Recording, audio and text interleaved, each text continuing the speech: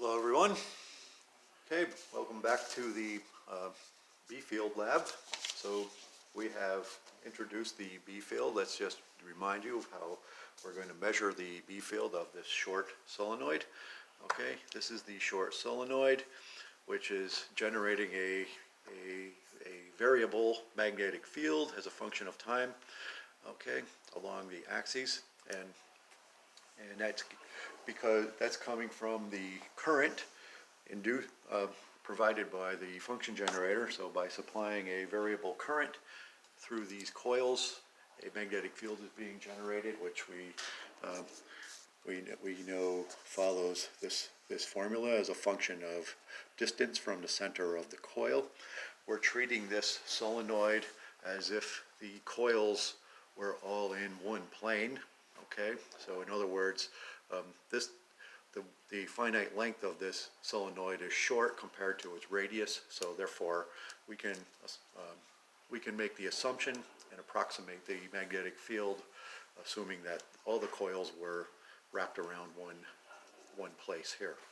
Okay, so we're going to use Faraday's law to pick up the magnetic field flux through this pickup coil. So the magnetic field that's passing through the center of the secondary coil right here, okay, is going to induce a voltage on this according to Faraday's law, and we're going to measure that peak voltage. So clearly, as I move the pickup coil closer to the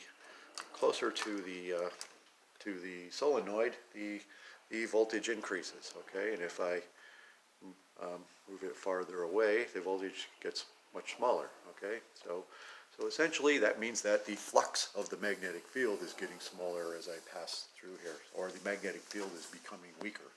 Okay, so the magnetic, and that is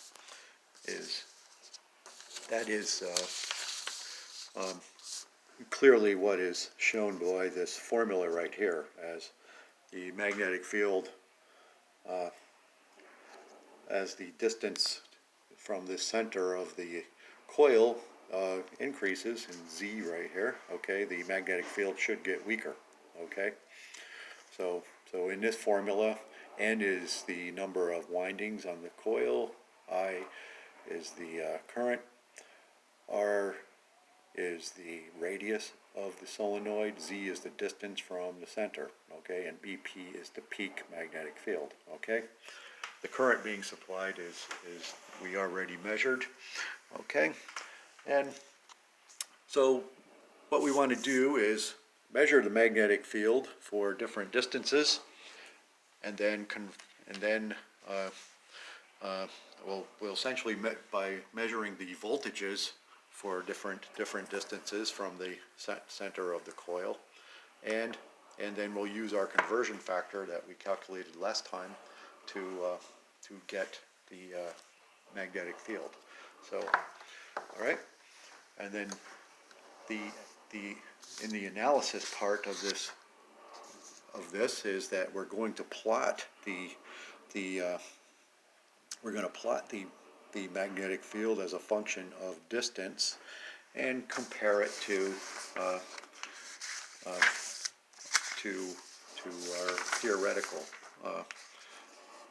value here. So essentially, we'll talk about the analysis after we do the measurement. Okay, so let's do the measurements now.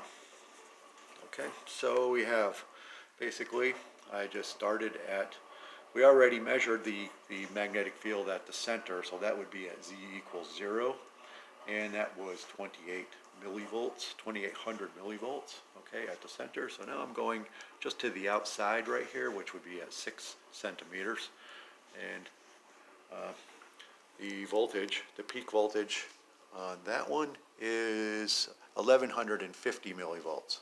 Okay, so I'm going to write that down on my data table there, and then I'm going to move 1 centimeter or 2 centimeters. I'm doing this in 2 centimeter increments.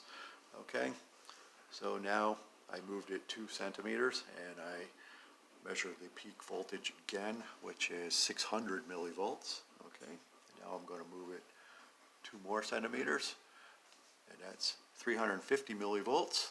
I move it 2 more centimeters, and that's 250 millivolts. I move it 2 more centimeters, and so on. Okay, so I've already done these measurements beforehand.